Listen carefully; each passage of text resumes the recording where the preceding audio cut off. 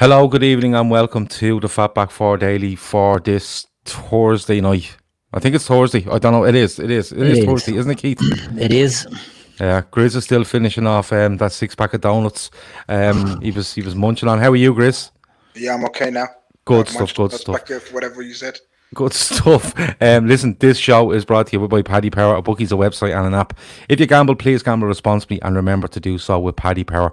Tonight's show is all about 1 year today. The miracle at Anfield, as some people call it. What a night. It was absolutely unbelievable from start to finish. We're going to go back a little bit first. We're going to go back a little bit to the new camp a couple of weeks previous because... strange game for me. 3-0 is the final score to Barcelona, which sets up, of course, this night at Anfield. But people say it was never a 3-0 game. It wasn't. Barcelona took their chances and Liverpool didn't. Grizz, just we heard throughout that campaign, when Liverpool scraped through the group, and the draw is coming out for the last 16 and stuff like that, and everyone was, especially coming out of Spain, we don't want Liverpool seen as a massive danger after finishing second in their group, and people wanted to avoid them. No, Barcelona couldn't avoid them when it came to the semi-final. Going into the new camp, Grizz, what were your feelings on it? Because a lot of people still then thought Barcelona are just the best team in Europe and Liverpool could hit a bit of a roadblock here.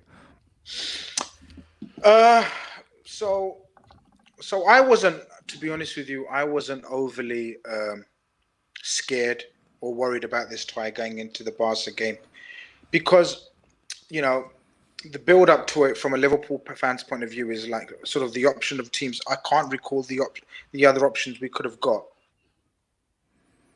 Barca are the kind of team that we always sort of discuss amongst mates, don't we? That they're the kind of team that we can get at. They're the kind of team that won't know how to close up a game or play defensively. They're going to have a go at us. And we are renowned to be able to go toe-to-toe with any team in world football. So that from that aspect, I was always confident.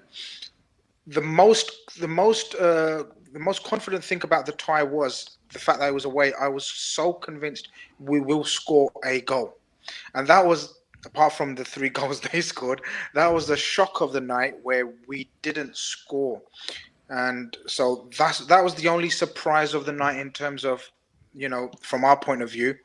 I remember him picking, selection-wise, I remember him dropping or rotating Trent and bringing in Gomez. And, me and you, we definitely don't like Joe Gomez at right back. No.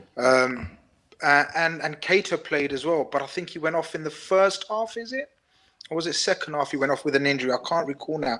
But we've picked a very strong team. We had all the front 3 available. I recall Fabinho playing. Selection-wise was good. Going into it, I wasn't overly worried or we're going to get battered here. I thought even if they win 2-1, that's fine. I was looking for a 1-1. My prediction was a 1-1.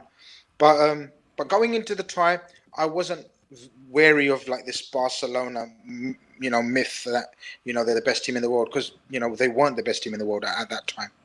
Yeah, but the name comes with it. What I mean by that is when people see Barcelona approaching a semi-final of a European Cup, they just think, well, Barcelona, that kind of way.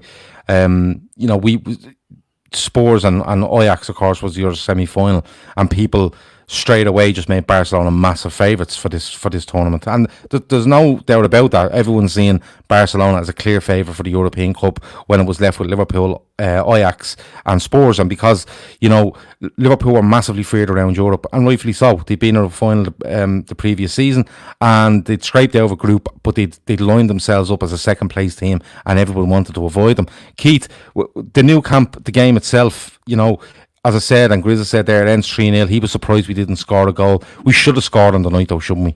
We should have, yeah. It was, I remember watching that game, and similar to Grizz, I went into it expecting Liverpool to get something out of it, at least to get a goal to bring back, and then whatever else, I had confidence. But the game itself, the way it panned out, we played Barca off the park in that game. Barca had to change their system and their shape during that, didn't they? They had I can't remember who, I think they might have had Semedo playing right back, and they had to throw Sergio Roberto on just to counter the fact that we were absolutely tearing them apart.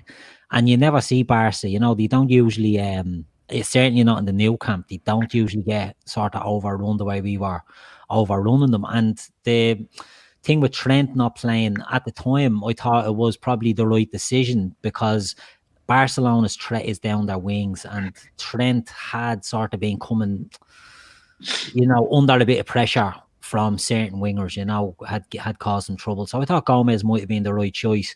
But Barca on the night showed why they are such a threat, because they scored through Suarez in the first half, wasn't it? Suarez got the first one. But then they took it away from us with the 2 goals in the second half. Then they were quick one after another, and that knocked the stuffing out of us on the night. Right on the night, we could have gone down 4-0 if Dembele had scored. He didn't. Well, Keith, you say that it knocked the stuffing out of us, but I still feel, even though we went 3-0 down, we still had chances in the last. Oh, we did. 20. Yeah, we still did. We still kept persisting. We still should have. I remember sort of Milner having an open goal. Definitely Salah having an open goal, I think it was.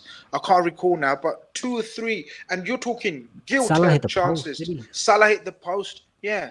So, and no, you're right there, Grizz. You're right. We did have chances after that, but what I meant was, you know, at 1-0, right, didn't really have overly an impact on the team or the game. 2-0, it's like, right, bit of a kick in the balls, but 3-0 then is like, right, and that sows in a seed. And I'll be honest, I would have loved to be doing these a year ago, because I'll be honest, I still thought Liverpool were going to win, even at 3-0. I thought Liverpool were going to win this. What Barry says there, he says Messi, he gives the whole game away when he crumbles to his knees when Dembele misses that sitter. It's a fair point. It's a fair point, and we get onto that later, because Liverpool at Anfield are absolutely, they're outstanding. Barcelona are actually decent on the night in certain periods, but it's the facial expressions at certain periods in the game that is very, very telling. Body language and all that stuff. Yeah. So Grizz, listen, we have to lick our wounds. You know, we weren't used to seeing Liverpool lose. You know, let's be honest about it. Bar a rocky group stage, you know, we're flying in this tournament, and in the league, of course, we lose once in the whole season. But what are you like in the lead up, Grizz? Because I've seen a brilliant video from the Anfield Wrap today, looking back on this day, and there's one piece where one guy says, you know what, in the lead up to the game, 90% of my mind was telling me, no, this just can't happen. But that little niggling 10% in the back of my mind thought we could actually do this. Were you similar, or did you think we'll win the game but we won't get close, and we'll probably win 2-1, and you know they'll go through quite handy? What way were you in this lead up? Well, you got to remember, we were still absolutely toe to toe with Man City at the time as well, and if I'm not mistaken, I think we had the Newcastle game away building up to this. Yeah. And the ending of the Newcastle game, you know, I was euphoric, like sort of Origi scores with 5 minutes to go or something. But we lose Salah in that game. That's where we lose Salah. Is that the game where we lose? Yeah, Salah? We lose Salah to a concussion, I think. Injury, concussion, I beg. Of course we do. Puts him out. So therefore, it's when we. I mean, it becomes laughable, isn't it? Sort of how the events were going against us. Sort of from a couple of weeks before, potential double, the greatest double probably ever, you know, in terms of one defeat all season, Champions League going our way. And then suddenly, you know, I'm not going to lie, at the time, and I'm, you know, you definitely know, I was so down. I'm not going to lie. I was, because we could just see everything disintegrating right before our very eyes. This magnificent campaign, and the Leicester Man City game is straight after the Newcastle game, isn't it? Or the day Tuesday, later? The Tuesday night, the night before this, wasn't it? The night, that's right. Or was it the Monday night? We were the Tuesday. That was the Monday night. Wednesday. Tuesday, So we think, all right, well, you know, Vincent Kompany scores in a once in a lifetime goal, puts in the top corner from 30 yards. That's realistically our title gone, because they've got Brighton on the last day, right? Is it Brighton? Yeah, I think they got Brighton on the last time. Yeah. They did, yeah. We're 3-0 down to, as Gav says, one of the big boys of world football, right? And then we got no Bobby. We got no Mo. We've got, all this up against us. We know even if they have a bad day, see, they've got a little genius on their side that doesn't care about how the rest of the team's playing. If you, so wishes to choose to score, he does so more often than not. It just so happens it wasn't against us, but that factor of Lionel Messi was always in the back of my head. I thought to myself, I really thought we could rile and ruffle up Luis Suarez. I thought we'd manage Coutinho. He wouldn't be able to handle the pressure of coming back. The midfield didn't scare me. Vidal and Rakitic don't worry me. Busquets' legs didn't worry me. If you ask me honestly now, I mean, hindsight, everyone's saying, "Oh no, I had a feeling." I didn't have no feeling. I'm not going to lie. I'm not going to beat around the bush. I thought we could score 3. I thought we could possibly score 4. But I definitely thought, just like us in the first leg, they would definitely score. So, going into the game, back to your question, I was very down. I was like, look, let's just go out with a bang type thing. And sort of, but the season, I could just see the season sort of fall apart right in front of me. If we get knocked out of the Champions League, they've pipped us right on the line in the Premier League. I was a bit despondent. Chris Brack said he was devastated after the Barca loss. He didn't fully enjoy the Origi winner versus Newcastle. He thought we'd win the game. We were going to end the season empty-handed, and that was crushing for him. I'd say there was a lot of people like that, Keith, because like as much as you can believe in Liverpool and Anfield and great European nights, we were coming up against a side that you would have thought was kind of tailor-made to play against us if we went all out. And what I mean by that is they had enough people that can hold on to the ball, be clever with the ball. Of course, they have Messi that can just rampage past 3 or 4 of you, open it up and hit a simple pass to a Suarez or a Coutinho or anybody around them, and they could put you to bed, fairly quickly. Like Grizz is probably on the lines of what most people were at. We could score 3, but you could see them probably getting 1 or 2 because the game would become so open. But just for you going into it, like I've asked people there on the chat, did they believe? Did you believe, or did you think there's a little bit of a chance there? Not so much mad like full on belief like Andy. But did you have? Was that a little inkling in your head?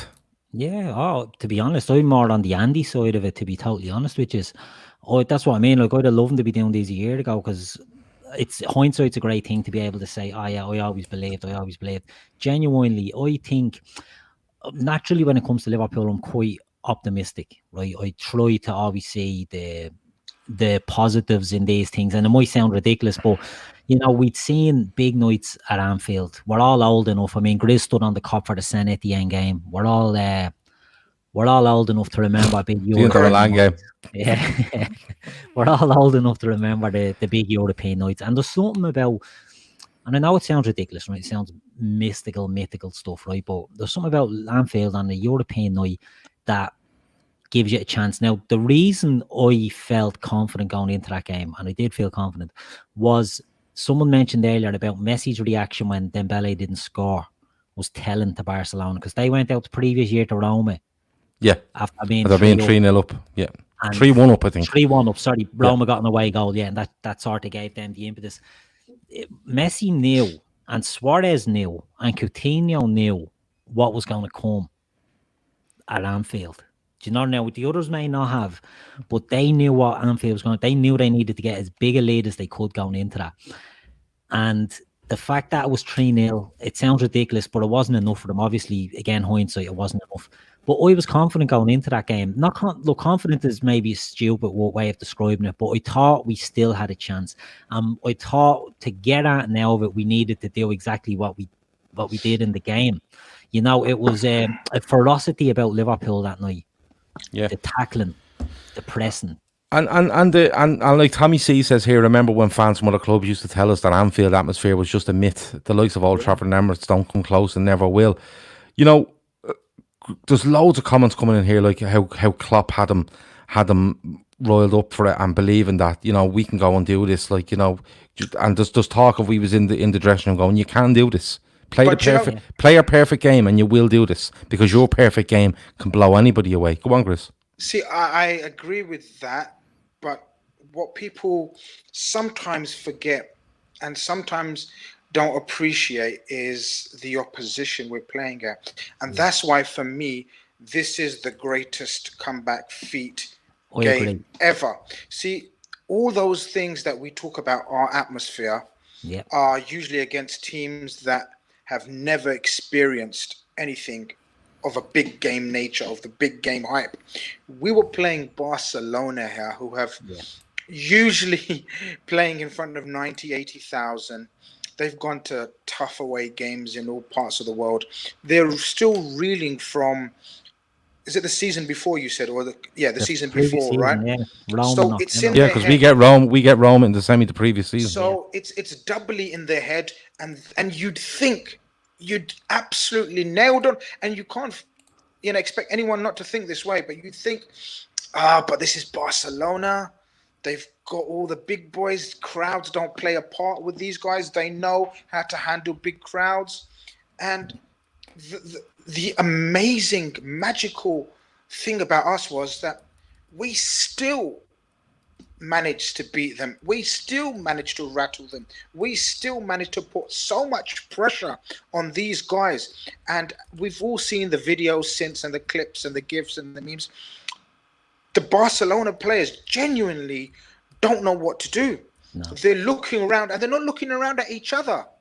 This is the beauty of it, Gav. They're looking around at the crowd like, is this it? Is this what you guys do? Is this what the famous Liverpool atmosphere is about? They didn't even look at each other. They kind of, one or two might have just sort of come on fist pump, but it was half-heartedly. The atmosphere was so intense, so pressurized, that they literally were sort of looking at the crowd like, okay, so this is Liverpool. We're fucked here. Do you know what? Like Dylan says, what Klopp said was, I would say this is impossible because it's you. I believe you can do it. You know, he didn't. He wasn't kind of big rallying calls. He did tell the Liverpool fans that we need everyone here tonight. We need Anfield the way it's never been seen before, and stuff like that. And I think the crowd were amazing. But like watching back on some of the footage today, like just getting to the start of the game, like I think it was Ella earlier on, and Kevin Sullivan were commenting on the side. Like we'd no Ox, we'd no Lallana, we had no Salah, we had no Firmino. No Keita. You know, we're going in there with Origi and Shaqiri. Shaqiri hadn't been seen in I don't know how long. Bar that free kick at Newcastle days previous.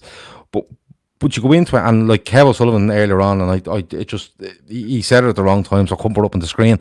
But he said, like, not with that lineup. I didn't believe, not with that lineup, and that's a very fair comment, because we would have been going, all right, maybe Salah, maybe Mane, maybe Firmino, you know, Ox could do something from midfield, driving and shooting, you know, if we need someone to hold the ball late on, Lallana would be a good option. There was so Keita could get in the pockets and do bits, and none of them were there, and we literally went with the lineup we had to go with. But looking at some of the footage earlier, Keith, right, and going, like, you go back to the Dembele thing, and you're saying, you know, Messi knows he wants that fourth goal. He wants that insurance because he knows what's coming at Anfield. He knows no matter how good these players think they are, Anfield is a different kettle of fish to anywhere they go. And I include all the stadiums of the world in that. I include when they go to the Bernabeu in a Classico. Going to a Belgrade, going to teams in Turkey. You name it. Nothing's like Anfield. Just not. It's, and I seen it was I think it was a Gigi Buffon documentary the other day, and he was saying about going to Anfield and how perfect the place is, and you can't hear yourself, and you can't talk to people a metre away because they can't hear you because their brains are gone. They're looking around going, what's going on? And if you look at the footage of them coming out of the tunnel, Barcelona don't walk out with their chests out, 3-0 up, look how good we are. They walk up with their heads down. Yeah, they're trying their best to ignore what's going on here. Exactly. And from before the ball is kicked.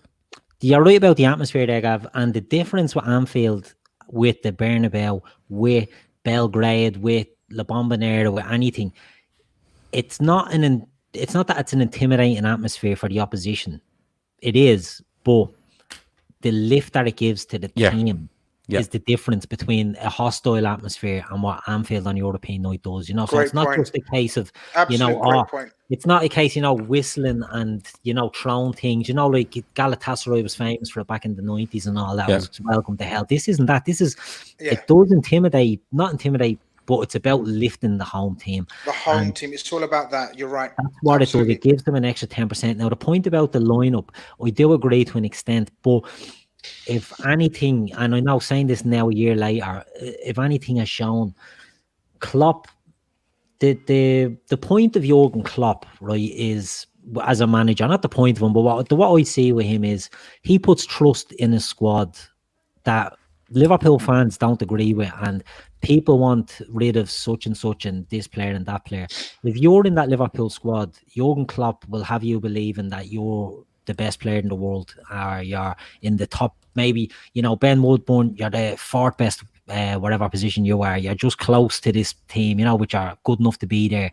Raheem Brewster, if you have to come on in the final, I think you're the second best striker in this stadium tonight. You make them believe that, and you'll make them run through walls. Shaqiri's performance that night, I thought he was good that night. It helped that he had the assist against Newcastle the few days before that. It gave him that sort of moment, he wasn't totally in from the cold. Origi, that was, we'll never see that Origi again for that season. That's his pinnacle. He scores the goal in the final. That game is the pinnacle for Divock Origi for me. That he was excellent. He came in and he done a job. Oh, he bullied them. He absolutely bullied PK. And he done what maybe Bobby and Salah wouldn't have done. Bobby and Salah would have been playing a different game. And, looking to criticise, but you have to be clinical as well in these things. Well, the clinical thing is interesting because I think Origi floats in and out of that game on a massive level.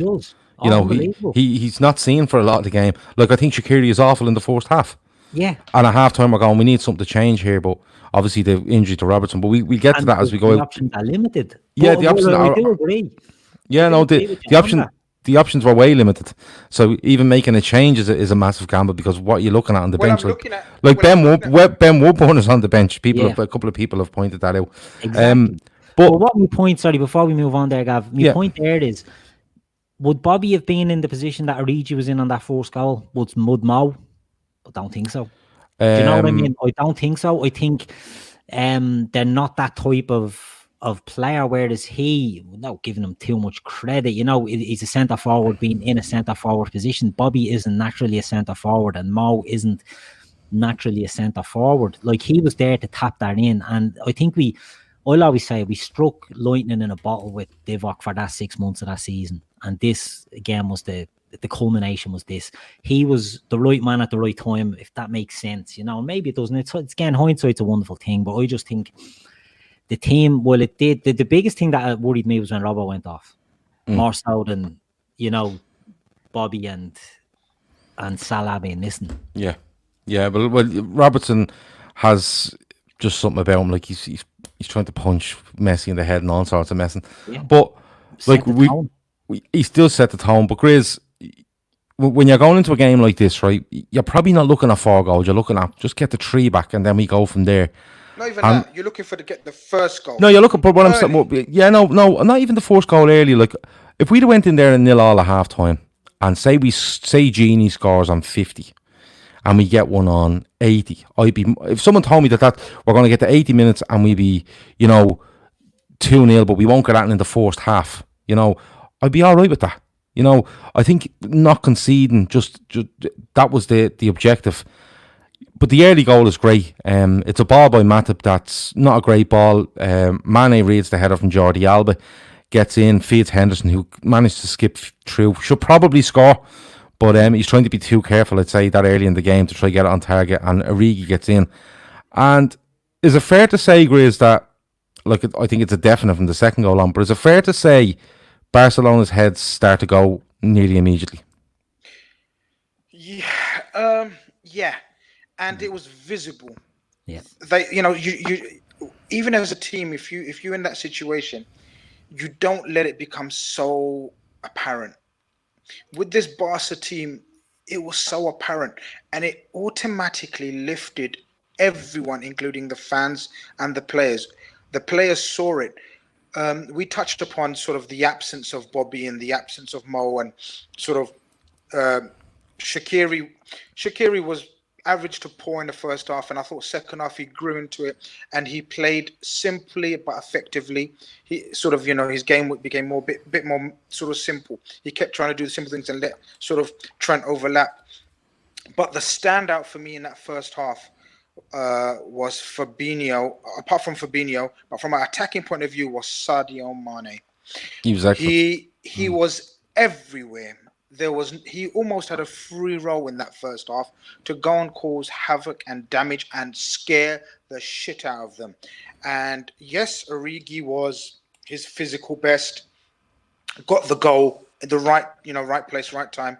Shaqiri was anonymous. Sadio Mane sort of took on the mantle of being the main man. You could tell Jurgen Klopp had sort of had a pep talk with him, sort of, you are my main man this game. You are the king in this game, and you will outshine everyone. And, he was, in the first 45 minutes, I was just sort of totally in awe of his performance. He was everywhere. He didn't just stick out. It was so intelligent. His performance was that was a performance of an absolute mature, intelligent striker that can play anywhere among the three positions. He swapped with Shaq, he swapped with Origi, his plays, and then he realized he had the guy who was the right back, Sergio Roberto. He knew he had him on absolute toast. And then for the remainder of the game, he stayed on the left. When he realized, okay, so he explored every avenues, he saw the strengths, weaknesses, and then he just sort of saw his prey, and he just stayed waiting for his prey on the left. And I thought his performance was magnificent. The first goal, obviously, that's exactly what we needed. And then he just, as you said, it was exactly what was needed, but the apparent physical drop of the shoulders of the Barca players was further incentive to keep going. It was unbelievable. Like Alisson gets a mention there, and like somebody else said earlier, Barcelona's head definitely went at 2-0. At 1-0, he had good opportunities. That's my whole point. They had got good opportunities, and a clear-headed Barcelona puts them away. And they do. They genuinely do. Coutinho finishes one better that Alisson pushes away. Messi has one that he goes for the near post top corner and Alisson flicks it over. The big one for me is the one where they get in behind, and I think it might be Coutinho, instead of taking it down and shooting, tries to head it across to Messi. When he shouldn't have any business trying to get it to Messi. Messi tries to beat Van Dijk, and Van Dijk gets a foot in. And I'm looking going, no, these are gone, because a clear-headed Barcelona, Coutinho would have taken that down and shot and probably scored, or he would have taken it down and measured one to Messi where he could hit a fourth time. They were trying to be too precise in what they were doing to make sure of things, and that wasn't working for them whatsoever. Jer Cahill said Radio 5 Live, he listened to the game. He said he couldn't watch, his nerves were gone. Where did you watch the game, Keith? I was at home watching it. So I was in here, and I have to say it was a very emotional game. I don't usually get emotional on games, but as this was going on, I had faith we were going to win, but I didn't think we'd have dismantled them the way we did. Is are right, spot on. The big difference, and what annoyed me a lot about this, was how they tried to play out that the Spurs comeback was somehow better than this comeback the following night, and it missed the whole point that we were on a tightrope in this game. We were on the away goals tightrope.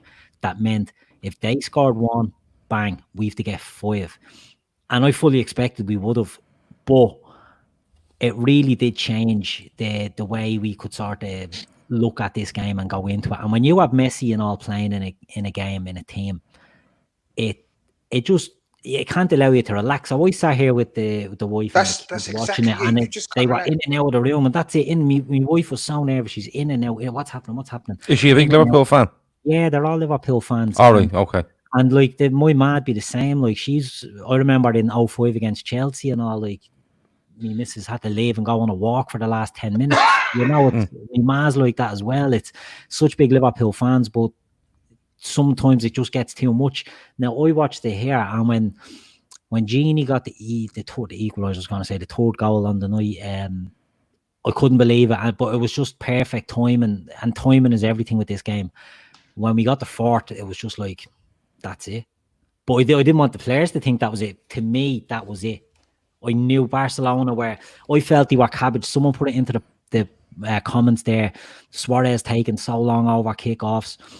Their heads weren't right. They knew they were in trouble. And I was delighted to see Coutinho in that lineup, because I had no fear of Coutinho coming back to haunt us. He wasn't in great form, and I just didn't think it's similar to Sterling. I don't think Torres never really done that. Suarez is a slave. I mean, he could have came back and beat us and would have celebrating.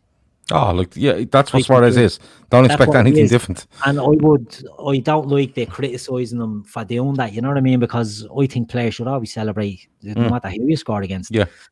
But You've done something good. Celebrate. Yeah, exactly. Yeah. Exactly. But yeah, no, I watched the Hero. I'd usually watch them in the pub, but I was delighted that I watched the Hero. I could enjoy it more, you know that way. Well, funny enough, Owen Borg says he watched the game at home, and at half time the lads wanted to go to the pub for the second half. I said, you can't go anywhere. Don't move from where you're sitting. Pure superstitious. Yeah. I know where you're going with that. I have superstitions. I have a superstition when Liverpool are in a final. I don't watch the first 5 minutes. And I missed the goal from Salah. I missed the goal from Salah in Madrid because I was outside, because I didn't watch the first 5 minutes. And I remember Maldini in 2005. I went outside the pub. I literally look at me watch, walk outside, and 5 minutes later, I know what you're going to say. But you've never seen a Liverpool goal, according to you. That's because me and you were in a pub, and every time I went over to smoke, Liverpool scored on 4 occasions, I think it was. It was unbelievable. I watched it in the studio, our own studio, and it was mayhem. So basically what happened was I genuinely think we thought the game was on the Wednesday. We just forgot, right?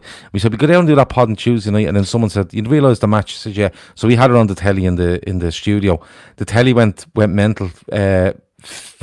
We're watching it on Phil's MacBook. Sitting on the desk in the studio. Anyone that's watched the shows that's on the studio, you'll know the studio. So it's sitting there. We're all kind of gathered around it. He's tethering his fucking Mac from his phone, right? Whilst at the same time shouting abuse at this telly that won't work, right? We thought this was hilarious, and it was just after half time. So Genie scores to make it 2-0. We're watching it on the MacBook, and Phil's still walking away on this thing. And then when he got the third one, I swear to God, right? The ball comes in and it touches his head, and when it touches his head, the stream froze, right? And we're all going, what happened there? What happened there? And then about 5 seconds there, it just comes back on, and it just catches up with itself, and the place has gone fucking berserk. But it was, we watched that night, and we done a podcast after. I can't even remember doing the podcast because it was off the wall. But look, we get the half time, and it's 1-0, and I'm thinking, a tear for the taking. Just watching their body language from the beginning throughout the game, they had got good chances. Alisson was really good. Somebody there mentioned the ball was brilliant. So that their heads were they weren't in the right frame of mind. They were doing things that you wouldn't associate with Barcelona, especially in the attack and third. It just didn't seem right for me. Keith, we get into the second half. Obviously, you know, the stories now is that Ronaldo was not happy he wasn't starting. Robertson gets an injury and struggles through till half time, but has to come off. Henderson, of course, has an injury during the game, and you're thinking he could be gone here, and he manages to get up, and what a game he puts in. Kev O'Sullivan says you got to dig that pod back out and share it. I did. I shared it earlier on the LFC Daytrippers. I think it's just called The Miracle. It's a Spotify link, but if you go into any of your podcast apps, you'll find them. I don't think it went live, but you'll get it on your podcast apps or Apple Pods or whatever way. But we come out for the second half, so you're looking going, right, there's our left back on.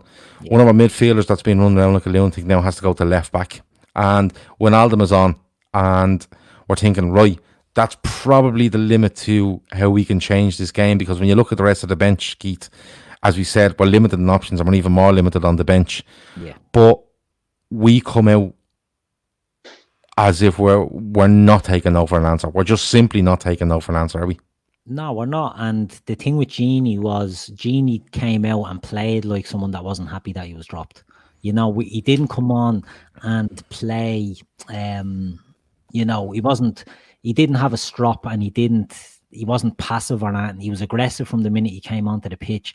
He was getting into the positions. His first goal, he's following into the box. You know, Ter Stegen probably should have saved it, but Genie is in there, and the first goal is nice. The header is wonderful. The header is an absolutely brilliant goal, and it just gave the team, you know, I suppose this match was all about stages. It was get to half time, don't concede a goal. If you can get a goal, brilliant. And the second half is don't let them into it, and then you have to try and get a second. Get your second, and then you can put the foot on the atmosphere will ramp up. Didn't need that because we got the third so quickly after the second.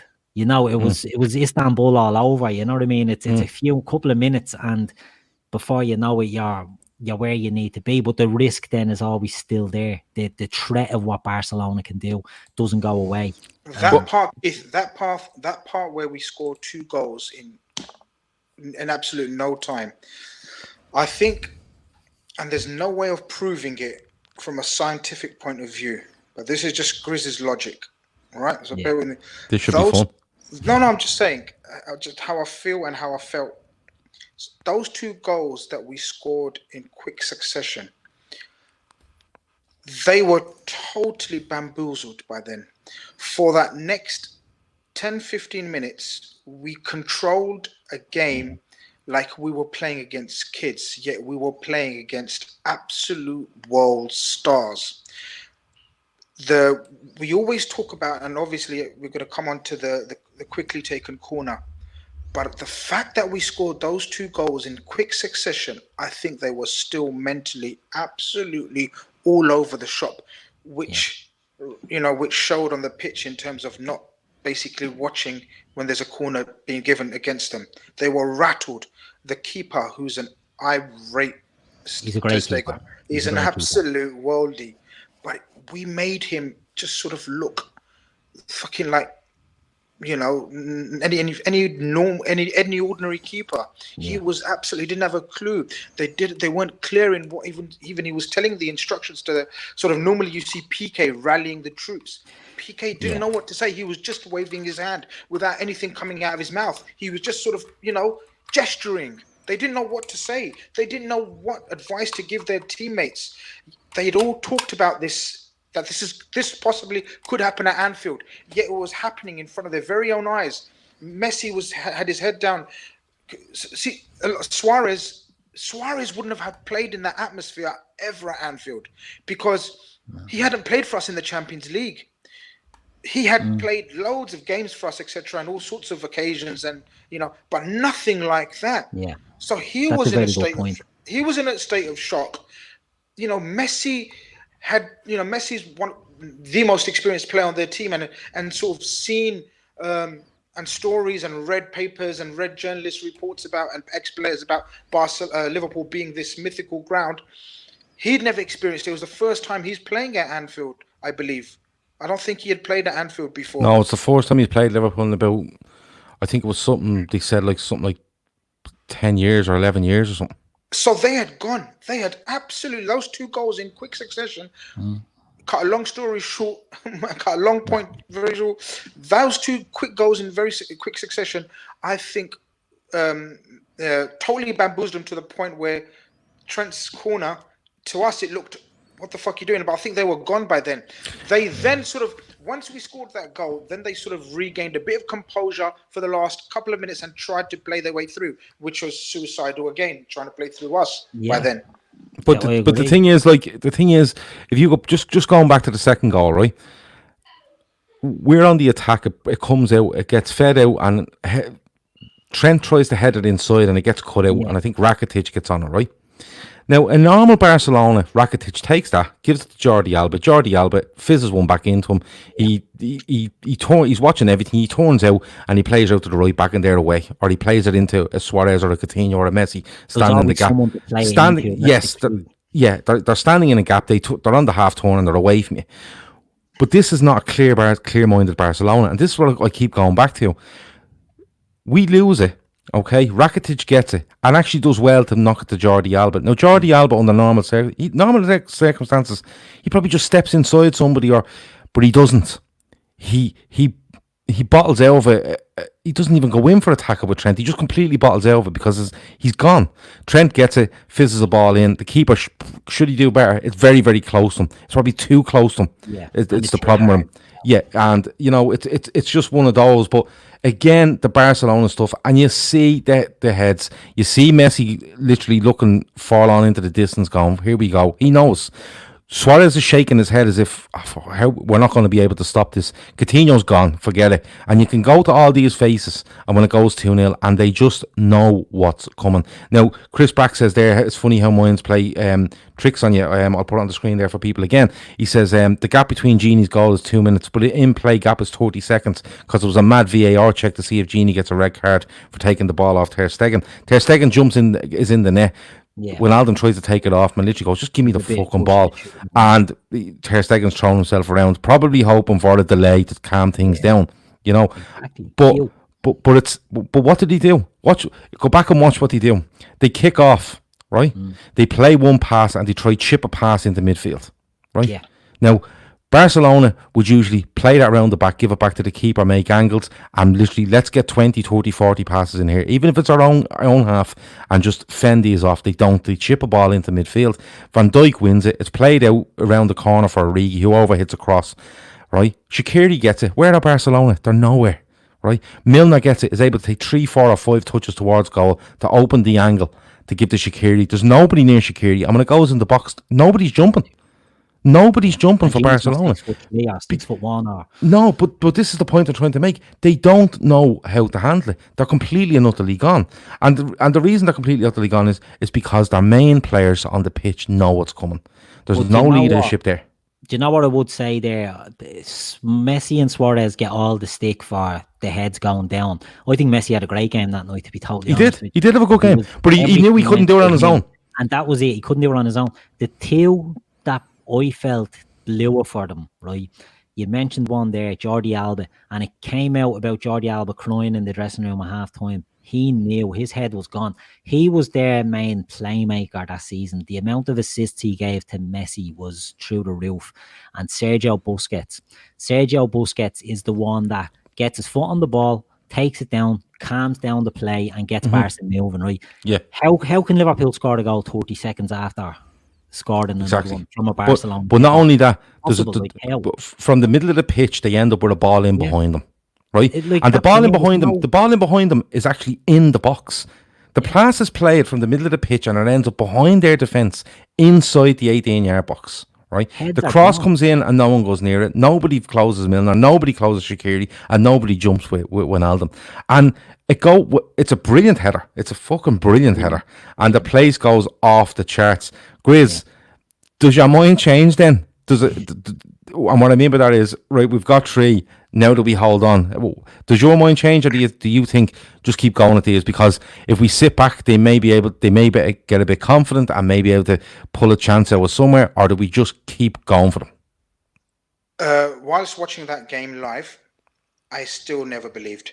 Even at that point, I was telling everyone, all the family around me, I'm saying, Messi, look, everyone was absolutely hyper and all over the place, and 3-0 sort of, but I just, in the back of my mind, and as I said at the start of the pod, this guy Messi you can have, it's like one of our front boys. We see it week in, week out. We know Mo can have the shittest game. Looks like a player playing in the Egyptian 3rd division, right? And suddenly we know he can just pull something out of the hat and turn it for us. Same goes for Sadio. Sadio looks like, he can't chop a bag of cement sometimes, right? And then suddenly on the turn, he'll do something top corner. This guy Messi is a level above our boys. Yeah, I was about to say that, Grizz. So you got to remember, this guy Messi is above at least a level above anything our boys do week in, week out. And we see our boys in week in, week out. We believe in our boys week in, week out. Yeah. And that's why in the back of my head was like, that second 45 minutes was the only thing I've seen close to that since then is the Man United second half at home, where we absolutely terrorized the shit out of them. we were so dominant. We were, you talk about Barcelona in a normal position, what they have done. Well, the reason why they were doing things different is because to that for the all that game, our midfield was so energetic in terms of pressing them. The one person we don't talk about often enough in this game is the role of James Milner, because we all talk about the genies and the Fabinho tackle and etc. and Trent. James Milner was an absolute hero in the game. He played the most unselfish role, and it shows because we don't talk about it. Yeah. When Robert went off, my heart went. I was like, oh, because we've seen how crucial our fullbacks are. Then my heart dropped again when I realized James Milner, as much as I've just called him a hero, he's going to have to go left back. Yeah. And he's going to have to go left back. And that hinders not only, it possibly enables their winger to get sort of encouragement, because Milner is not the quickest, is nearing the end of the game, second half. And also it hinders our attack. So my heart dropped. And if anyone says they didn't, then good luck to them. But mine did. Right? I was like proper saddened. I was like proper on a downer by then. And then even when at 3-0, there was a good 20 minutes to go, I believe. Yeah. Good 20, 25 minutes to go. I was just saying, Messi in the back of my head. Because we could talk about the first game. Yeah. Even at 2-0 would have been fun, but he scores one of the greatest free kicks in Champions League history. It won the goal of the season, didn't it? Champions League goal of the season last season. The best goalkeeper in the world. Yeah. And he's put it in from 35 yards into the top corner. Yeah. This guy is capable of anything. There were a couple of times where they got a free kick on the edge, and we know anything can happen. So look, if you ask me, and I can be all sort of make it up and say, oh, I knew we were going to do it and play all this super fan, I'm not going to do it. I'm telling you straight, I still didn't believe. I was still telling everyone, no, there's nothing yet. It's nothing yet. And that was the threat. That was the worry, was especially a free kick from Messi. That was the one thing that had me worried. Messi taking shots from 25 yards when we had our back four set up the way we did. I wasn't overly worried with that. And I was glad they weren't trying to be too intricate around the box. That would have worried me more if they were, Messi was cutting through us and linking up and getting in behind. That would have really put the fear of God into me. But they weren't able to do that. The worry for me was a free kick, because the first leg, you're spot on there, Grizz. We controlled that first leg. We said that earlier. And was it Suarez got the second goal in that, or the third? Was Messi's free kick? No, Suarez gets the first. Suarez gets the first. Yeah. But even on the Suarez second goal, that was Messi, wasn't it, in the box? He chips it. Does he flick it over and then it comes back and hits Bladen? No, Messi scores the two. No, Messi scores the two. It hits the bar and comes back out, and Messi walks it in. Yeah, Messi. He's the threat, and he's always the threat. But the thing that worried me was a free kick. That was what worried me. And 25 to 35 yards out. But because the head was gone, I think, by Messi. The one thing about this game that I want to touch on as well, it's the best performance of shithousery I've seen by Liverpool, and we don't see enough of it.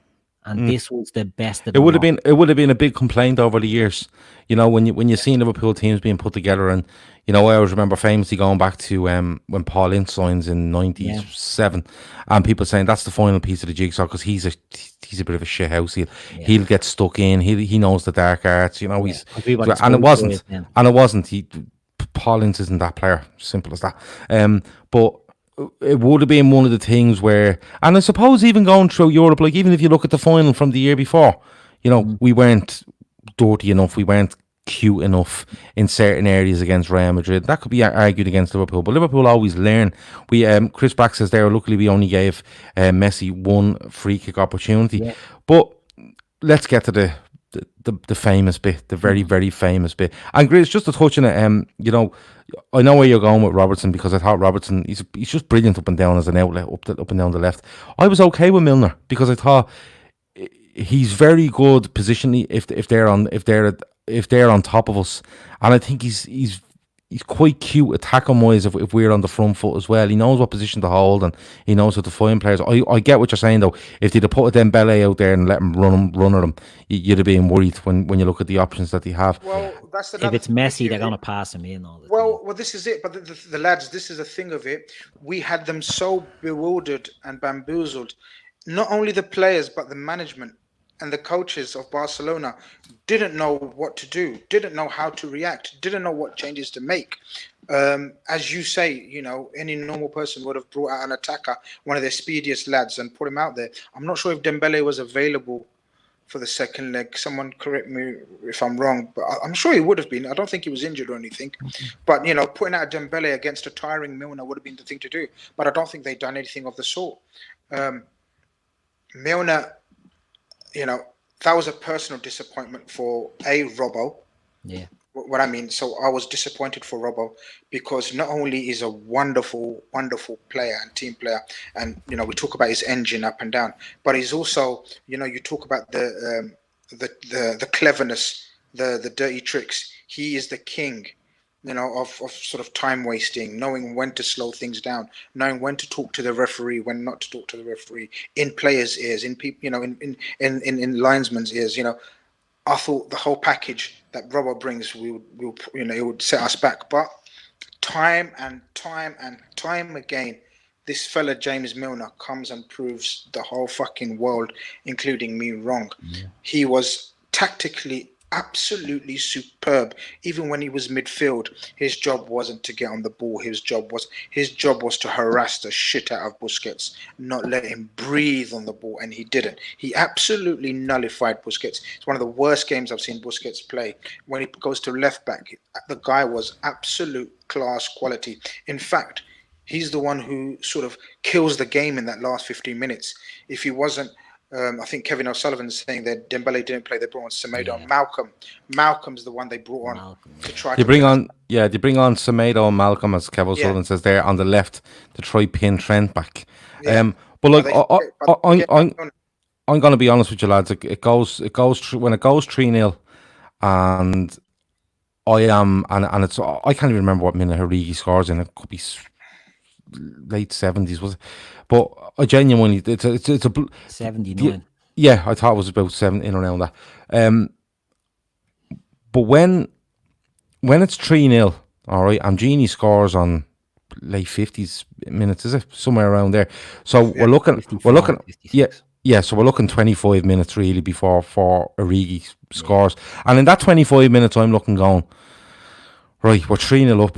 It's 3-3 in aggregate. We can't concede. I'm already looking towards extra time because I had a feeling that, you know, Liverpool, can they keep this up for 90 minutes? Barcelona, as shocked as they are, they may come back into it a little bit, but they may just look to hold what they have, and probably looking to Liverpool's bench going, listen, they've no more options left. We have the better options to try win this in extra time. And of course, they get an extra 30 minutes for an away goal. A bit like Atletico Madrid going back, wherever it is, 7-8 weeks ago. But I was looking towards that. I really, really was, because I thought, if this gets to 80, 85, you don't want to lose it. You want to win it, but you don't want to risk yourself and lose it at the same time. Yeah, sucker punch. Yeah, sucker punch, and then, you know, 85 and they score, and you're looking, going, there's probably injury time included. You've 8 minutes and you need to score 2, and Barcelona aren't going to make that mistake twice as to what, you know, they're not going to let this slip again.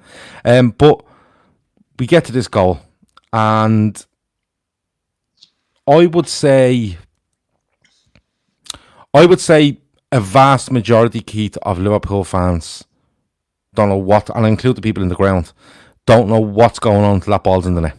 No. And even then, my initial thing is, this isn't getting given. This will get called back. And then you see the refs giving it. It's like, oh, good luck. It was such quick thinking. And I think Trent gets all the credit for this, and Origi doesn't get the fair share of the credit for it. To be switched on like that is a big thing. You know, Trent plays it in there. Origi's ready. He fizzes the ball into him.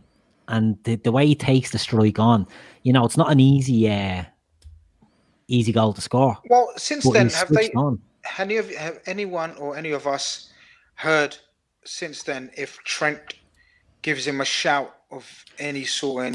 No, apparently the thing is that Klopp or his staff had noticed that when the ball goes dead, Barcelona sometimes switch off. Yeah. They seem to talk to each other. They seem to be giving instruction, turning away from the ball, giving instruction, making sure they know where they are. And this had been spotted by whoever within the staff at Liverpool, right?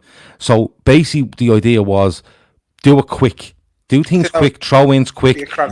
You know, if there's a chance and you think you can get a ball to somebody from a throw-in, do it. The same from a free kick corner, because when the ball goes dead, they seem to feel they can turn and talk to each other. I had 3 different theories on this Origi goal. All within an hour of it happening, right? One, I did think it wasn't going to be given. I thought it was going to be some sort of, you never blew the whistle. I don't think a whistle has to be blown for a corner kick anyway. It doesn't. I know it doesn't, because you've seen so many times people putting the ball down, just hitting it quick. Secondly, I thought it was a brilliant piece of skill by, or a brilliant spot by Trent, and Origi just happened to notice at the last minute and go, fair play. But the third scenario I come up with, and I think I'm right, these boys were doing something. Because if you actually watch it from a wide angle, right, the ball gets played by Trent off, it might be in Jordi Alba, and it goes out for a corner. It hits the hoarding and comes back, right? Yeah. Comes back in, and I'm nearly sure it might be Origi that passes it off the pitch. Yeah, and as he passes it, another ball comes from the ball boy, and somebody says there, the ball boy, you know, gets credit, and he does in the following days. But if you watch from the wide angle, right, the ball is being given to Trent, and just as Origi's walking towards the goal, he just has a quick look. And it doesn't look like it's a look at Trent, it's just a quick look to see, has he got that ball? Should I be in position here? And the minute it's kicked, he's ready. Yeah. You know, and he's actually trying to look, for me, he's trying to look disinterested as to not bring attention on himself. You know, kind of, I'll have a look and I'm kind of walking away, but I'm keeping my eye. And Barcelona don't cop it, because if you, and going back to the thing about them talking to each other, right? Watch it from behind the goal. Ter Stegen is clapping them, and he's looking over and he's clapping his players and he's telling them something. And he's having a chat, a cup of tea, and PK is trying to walk back towards the goalkeeper to have a word with him, and that's why PK ends up on the line. Not because of because PK shouldn't be in that position. All things being equal, he's walking back to talk to Ter Stegen about something. He was clapping his players and looking away from the ball, and you just see the ball come into shot, and Ter Stegen too late realises. Grizz, it's a fantastic finish, because if that happens from a cutback from a normal winger, just cutting the ball back from the end line, and a fella sticks into the top bin like that, when it's coming across him, you know, it's coming, you know, onto his favourite foot from this near side, and it has got a bit of whip and a bit of bounce in it. It's a brilliantly controlled finish. Yeah, this guy's fucking frustrating, isn't he, Gav? Yeah. This guy scores the most, you know, if you look at some of his clutch goals for us. And some of the strikes, like he strikes the ball lovely as well. I remember I was watching, you know, again, I was watching old Liverpool games. I was watching the game against Southampton in a League Cup a few years ago. Oh, he was outrageous. Yeah. I mean, him and Sturridge got 2 each or something, was it? He scores a hat-trick off I think his hat-trick goals off a Brad Smith cross. You see his finish against Bournemouth a couple of seasons ago from the tightest of angles. You see some of the finishes and you think, this guy, wow, what a talent. He should be playing through the middle. And if you notice, a lot of his goals are through the middle. His best goals, his best games, in my opinion, are through the middle. You see even in the final, from that angle, drags it over to on his left, on his weaker foot, drills it into the bottom corner. Yeah, was absolutely woeful up till then. He was. That cameo was one of the worst cameos I've seen. He's the reason why he was awful in the Champions League final. Yeah, absolute trash. And the game you speak about, yeah, but the game you speak about, Grizz, where me and you were in the pub in London, he plays that day against Newcastle. Do you remember? Firmino's rested, and he tried the Origi thing, and he ends up getting injured down on the left wing, and he ends up coming off. And Firmino was brilliant when he comes on, but it just doesn't work for him like that. But this guy, I mean, as you say, this goal wasn't easy. We take it for granted because we've seen it about a million times, and we think, oh, quick corner. We've got this sort of image, or if we describe it, we talk about sort of, oh, Trent rolls it into Origi, no one's looking, and Origi swivels and puts it in. No, Trent does his usual method and technique of whipping it into him, but sort of not as sort of the trajectory is different. Whereas he normally, puts in the air. This one along the floor, one bounce, I think it was. possibly one bounce into the, and he doesn't hit it on the half volley. He sort of hits it on the way down. He sweeps it then, doesn't he? Sweeps it down, and it's an absolute brilliant finish. Yeah. I don't go with your theory, Gav. That's fair enough. You're Gav Doyle. You're allowed to have your own theory. That's right. I don't think they planned Strong, it or confident anything. woman. I don't think they planned it at all. I think it's the latter. You're giving far too much. No, I'm not saying they planned it. What I'm saying is, I know is you that mean like they had it not planned it before. not planned, but the direction from I see what you mean. the direction to do things quickly. Yeah. It's not planned, but it's like the two of them at that split second, that information enters their brain at the same time. It can't And be that's how it just happens. one of them. It can't be just one of them. It had to be two of them. So therefore, it had to be an instruction. I agree with that, but I've seen Origi's interview the other day, literally 2 days ago, where they talk extensively about that, and he doesn't claim to. He just says, look, I had a feeling because Trent's so forward thinking, quick thinking, and the majority of the praise goes to Trent, and I think a lot of this praise has to go back to Klopp and his coaching staff. The amount of freedom and power they've given to how old is he? 21-year-old, 20-year-old fullback to try the things he does. Let's minus that. Let's take away that quickly taken corner. The other things this guy has done in his career that have been outrageous and left us sort of just with no words to describe how brave he is on the ball. That comes from the coaching staff giving him allowing him to express himself however, whenever. No way would have a Jose Mourinho player attempted such things that this Trent does, or certain other managers. This manager and this coaching team behind him truly believe in letting the players do what they're best at naturally. We talk about Trent's deficiencies possibly I talk about his deficiencies sometimes defensively, but when he's thinking forward, because you've got to remember he's naturally an attacking midfielder. He's played all his life as an attacking midfielder. He only thinks, he's got creative ideas in his head when it comes to forward play, and this was another example of his creativeness in his mind. No one's looking back. Origi's happy to look back, and credit to Origi, it's been an absolute sublime finish. But I think rightly so, the credit goes to Trent, and then transcends back to Klopp and his coaching staff. The amount of trust and belief they've got in this wonderful kid. It's one of those where, for such a young man, and all right, he's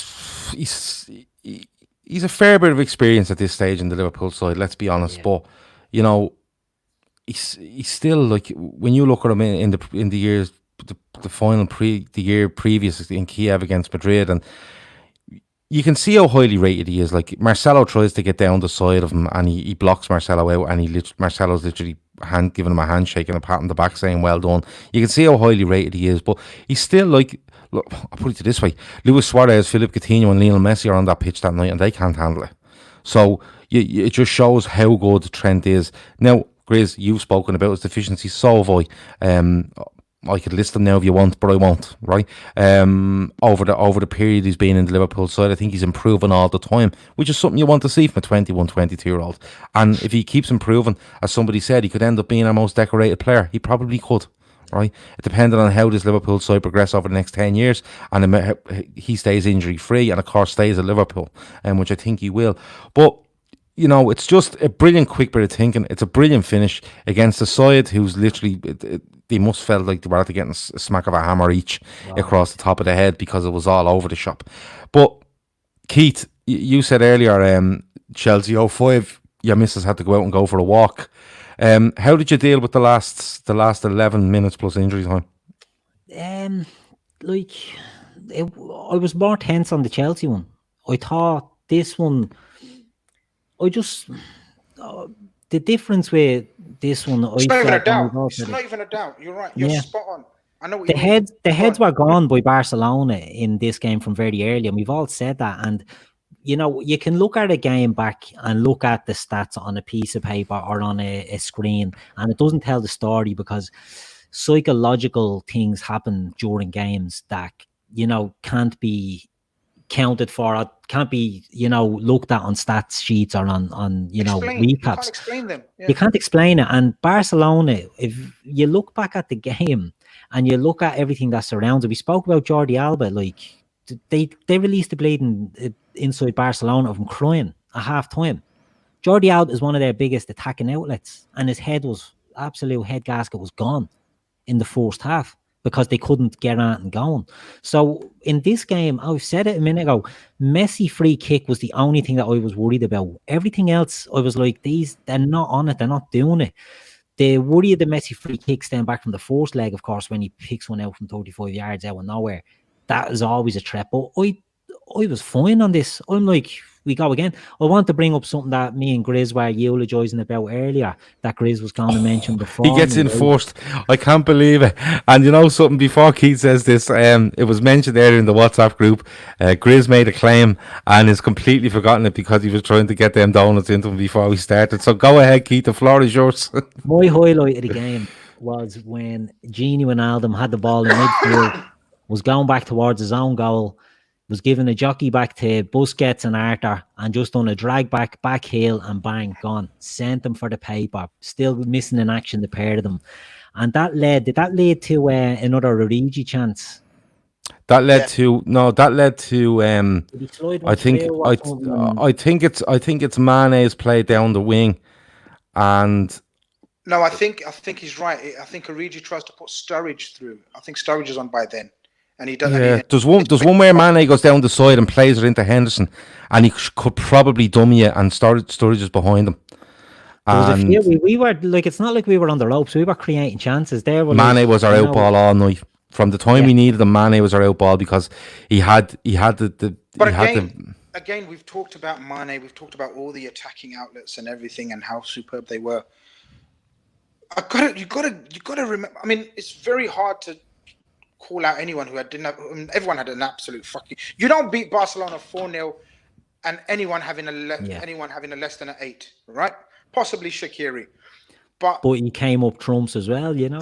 Exactly. But there was one guy that I was close to giving a 10, and that was Joel Matip. Yeah, he was great. He was absolutely, even in the first leg, he was better than Van Dijk, right? Yeah. And in the second leg, he was masterful. Suarez was not going anywhere near Van Dijk. He thought, Matip, I'll get through his legs, blah blah blah. You know, Suarez loves the little nutmeg and little turn, and he's seen, or we've seen Matip get riled and sort of frustrated sometimes, where he gives all the arms and sort of, you know. But he was composed. He was magnificent. Even the first goal, okay, you know, it wasn't the best of passes, but he saw that vision and sight earlier on.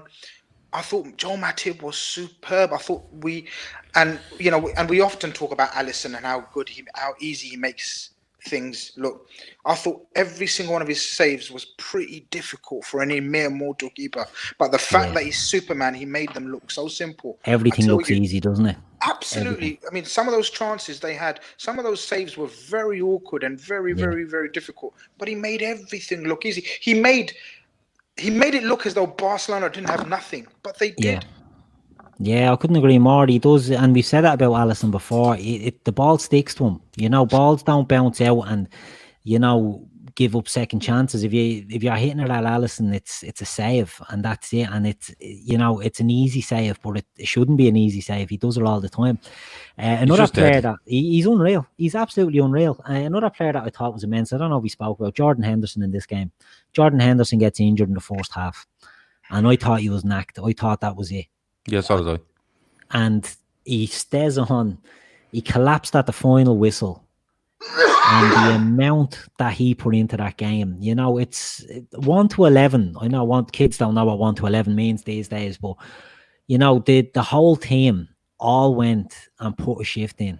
And it was just, there was no, like you would say Shaqiri was maybe a weaker performer, but he puts in a delicious. He grows into the game, I think. You know, and he does grow into the game. And if he gets an 8 out of 10, probably our lowest ranking player. You know what I mean? Alisson's getting match saving saves. Van Dijk and Matip are comfortable all night. Gini, brilliant. Fabinho, brilliant. You know, all of them. But the guys, the thing, I don't know if Gav's going to ask us our reactions at the final whistle, whatever. But the way, you know, when you saw Milner, Henderson, Gini just exhausted, lying on the floor, that was me. I think that was the majority of the fan base, apart from the ones that were at the ground. You know, it would have been. I didn't watch the last Have a stroll. We're in the studio. We're in the studio, and Stream's gone. no, it was grand. But in our studio, you kind of come out a door, and then there's another door out to the outside. If you know what I mean. You'll know it, Keith. Yeah. And I literally stood between the studio door and the external door. You know what I mean? I literally stood in that gap with the door open, just chain smoking for about 9 minutes solid, because I just thought, a bit like Keith said earlier, and a bit like Grizz said as well. You're waiting on something. You're waiting on Messi. You're waiting on. There's always, you know yourself. There's always one big chance. There's always one big chance. You know, somebody mentioned earlier there about Fabinho saying that he denies PK nearly a certain goal near the end, and then 30 seconds later he's thrown himself on the ground under attack of Messi to completely, take the game away from Barcelona. We end up playing that free kick into the corner, and the rest is history. But I was just waiting on something to happen. So I literally yellow from 10 minutes. Yeah, well, that's a massive thing, because he gets a yellow. Is that the one where he creams Suarez in a brilliant tackle? Yeah, it's absolutely. A brilliant tackle, right in front of the ref as well. Yeah. Owen Burke says there, put it on the screen for you. He says no hearts and moments. No. Start again, Gav. Don't be stupid. No hearts in mouth moments with Alisson, except when he's trying to flick the ball over strikers' heads. But that's the thing. If you watch the saves he makes that night. Yeah. He makes them look relatively simple. But even in terms of nerves, we talk about nerves like Gav was, chain smoking like he does. Keith was fairly confident. I was not confident, but I wasn't nervous. I had a bad feeling, sort of expectancy not to go through, if you know what I mean. So anything else was a bonus. It still doesn't compare. Yeah, but when it gets to that stage, Grizz, you don't want to kill her in the 92nd minute to do it after so much effort. But in terms of comparison of nerve games where the nerves went through the roof, like I was at the Chelsea game, not the first one, not the Garcia goal, but the penalties, where Rafa's sitting there like on the meditating like Buddha on the floor. I mean, in terms of nerves, those two games I thought will never ever come again. I mean, especially the first one. I think is that down to the fact that the 2005 and Keith did say earlier like he was more relaxed this one. Was that because 2005 was obviously Garcia goal, and 2007 we were 1-0 down from the force. Like I think Joe Cole scores at Stamford Bridge, and Agar scores early for us, and it's a ding dong battle, and it's a case of. It's a case of Liverpool aren't overly brilliant in those two. What I mean by as a team, when you look at that team, whereas this one you're looking going, we're just deadly. Yeah, we're just fucking deadly. You know what I mean? Gav, it's an excellent point, because as we just spoke about Alisson there, like, we went with Dudek and Pepe Reina in the other. Was Reina would have been in that second one, wasn't it? It was Reina was in that second one. Not that there's nothing wrong with Reina. Reina was a great keeper when he came to us as well, but I've never had the confidence like I have in Alisson. And this season, unfortunately, he was injured, stop-start for him. But at that stage last season, Alisson was untouchable, and he was as big a part of that team, that success that we were going for that season, as anyone else. The difference he made was unreal. And I think that sort of added to we were a much better team last season than we were in 05 and we were in 07. And we were the underdogs. We were the underdogs in this one as well. But we're scoring 4. We're scoring 4 on this night, whereas we're not getting more than 1 in 2005 and 7. Yeah. You know what I mean? So you're looking at you're looking at a completely different. The main thing with regards to all those 3 games is you've touched upon, but it's the game management of this magnificent team that we're watching now.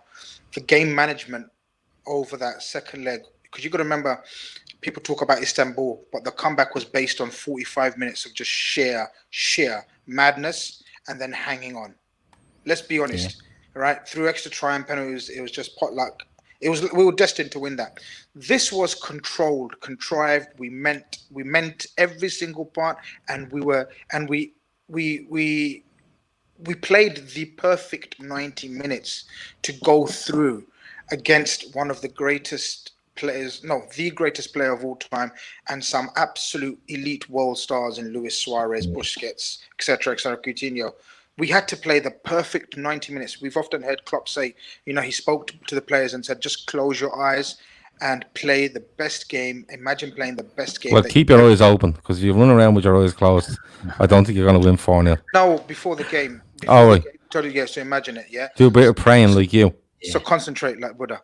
Yeah. You gotta focus and imagine playing the best game you've ever played, and that's what each one of them did.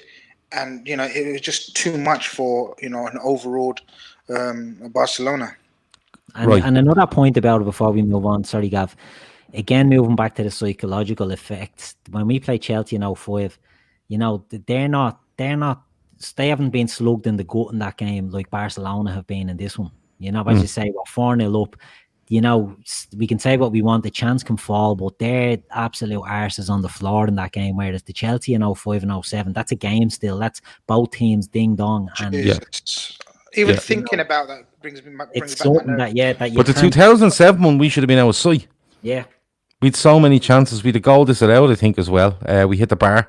It was most. It was. But look, looking at this one and finishing off before we go, people are asking, how did you feel after?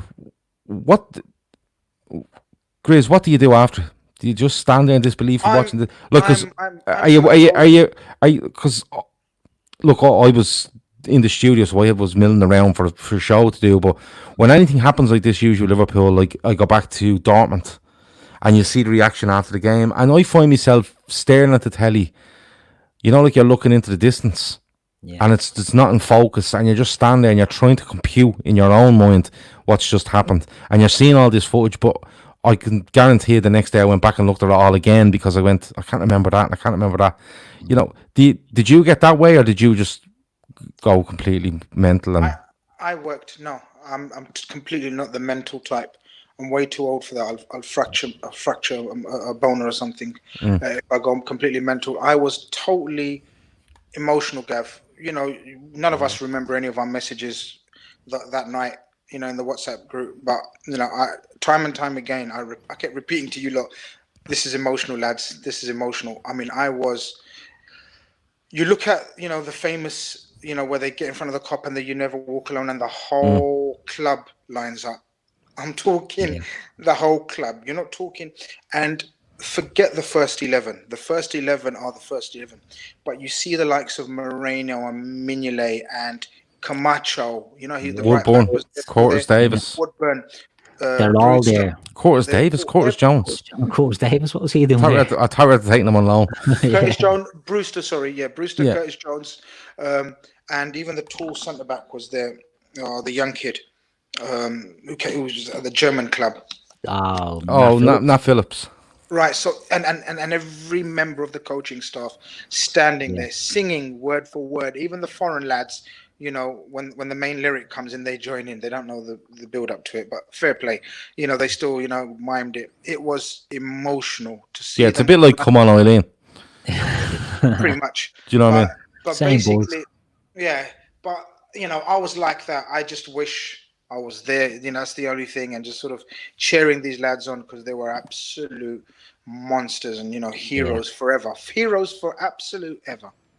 Exactly. It's the emotion is a great way of describing it, because I said it 10 times, and I know it sounds like bullshit now.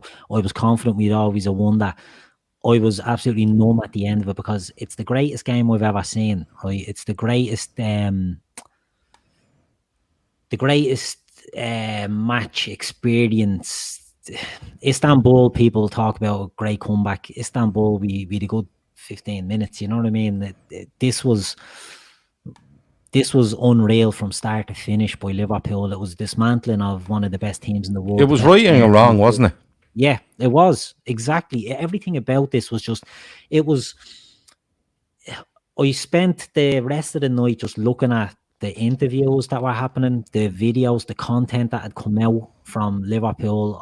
We didn't sleep. Absolutely didn't sleep. Absolutely wired. Adrenaline was pumping.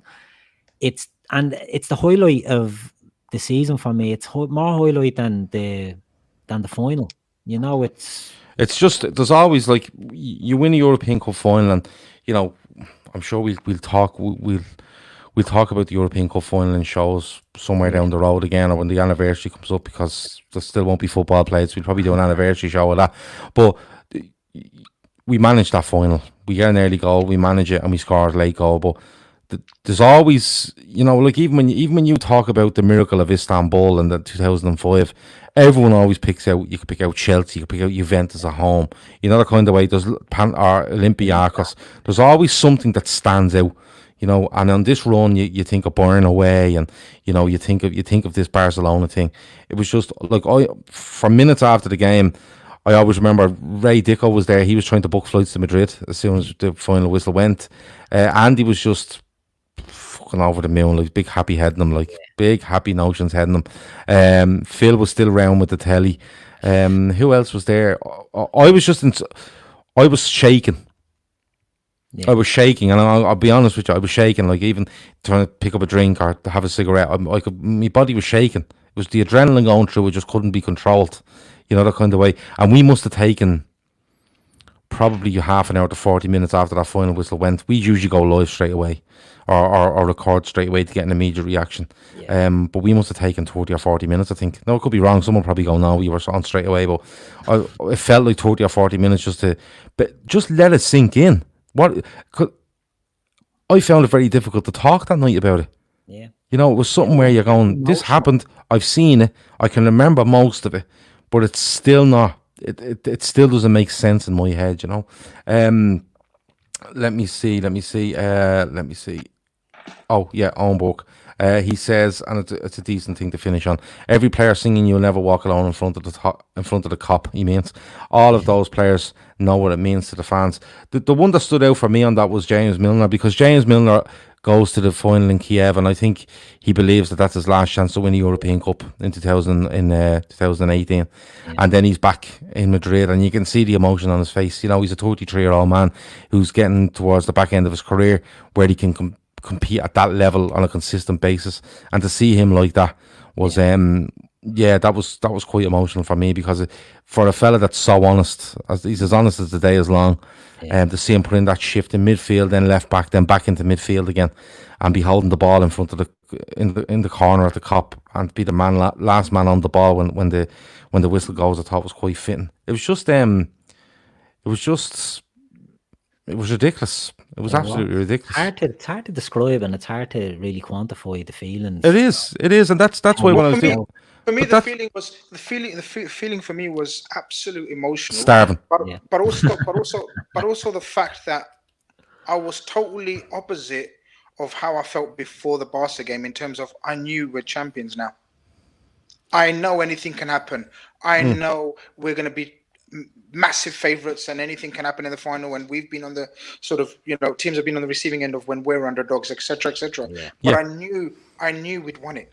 Absolutely. I knew that this team will not in any way let this go now, especially no matter what was happening in the other semi, whether it was Spurs or Ajax. Yeah, I agree with you 100%. It didn't matter. And it didn't matter how we played. I knew we'd probably play. We shithouse our way through. Whatever it takes, we will win. And it so turns out we shithouse our way through to the win. But I knew we were capable of that. Yeah. And this was the game. Yeah. Obviously, now it's easy to say, but it was mentally. I knew we'd won it, and that was part of the emotion. Yeah. Trying to explain this emotion to people. Do you know what I mean? I agree. It was touched on. Sorry, Gav. It was touched on. I think you might have said it, that going into this game, Barca thought they were the red hot favourites, and everyone else thought it was Barcelona, and the other three are just making up the numbers. You know what I mean? And the reality of that was we bet Barcelona, and then we're playing Ajax or Spurs. And no disrespect, I was 100%. If he'd got Ajax in the final, we'd have marmaladed Ajax, and people are like, Ajax would have bet you. Ajax were a young team. We would have taken them asunder, dust, and we would have absolutely slaughtered them. A great team at the time, but that would have been more of a massacre. Spurs. We played Spurs perfectly. Yeah, exactly. Because what we said to Spurs was, we're not going to make this pitch really big, and we're not going to let you get the likes of Son in gaps, and we're not going to let you get Kane in gaps, and we're going to compact this, and we'll sit back, and we're confident we can stop you from getting in behind us and getting Kane on the ball, and then if we need to score, we will. We played them absolutely perfectly.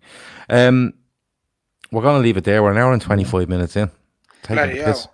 hell. But look, I done the artwork earlier, and you know, I watched as I said, I watched the video from the Anfield rap earlier, and Dan Austin is on the cop afterwards, and I've seen loads of different things, but this one stood out to me today. And the words out of his mouth when I heard them, I said I have to put that in a bit of artwork. I got onto the Anfield rap and said, "Listen, he said this in one of your videos. Can I use it?" He said, "Yeah, no problem. Walk away." And the words are, "All of us together, we can do things that make no sense." And that made no sense that night, did it? Like, you know, it's one of those things where, listen, if you're watching it and a friend walks in that has no interest in football and you try to explain to them what has just happened, it's very hard for you to make sense to them on that moment. So I thought there's no other club that does that. And that's the thing. They can say they do. There's no other club in the world that can do what Liverpool do. They have done it down the years, you know. And right with Klopp, we've done it. We've done it with Dortmund, you know, in Europe or at the UEFA Cup or whatever. But even before, through our history, we've done this. And there's an inbuilt sense of entitlement with Liverpool fans that we don't give up on these sort of things, and it gets you through, and it's hard to describe. And one last thing I want to touch on before we go, because I know we're running over time. Read any of the interviews from any of the TV people that were working that night about how they felt that night, and you'll know what an atmosphere that was and what Anfield is like, you know, whether it be the Sky or BT. I've watched the BT post-match coverage back a few times, Yeah. And I was reading the interviews today and all, because it's all over the place. And what they say, the commentators and all talk about how they felt, that was just different, you know. And that's what Liverpool does. No other club does it in the world. There's no one that plays on emotion like Liverpool. And to have Jurgen Klopp there is a double whammy, you know. That's just emotion times 1,000. Yeah, and that's really what is. It really is.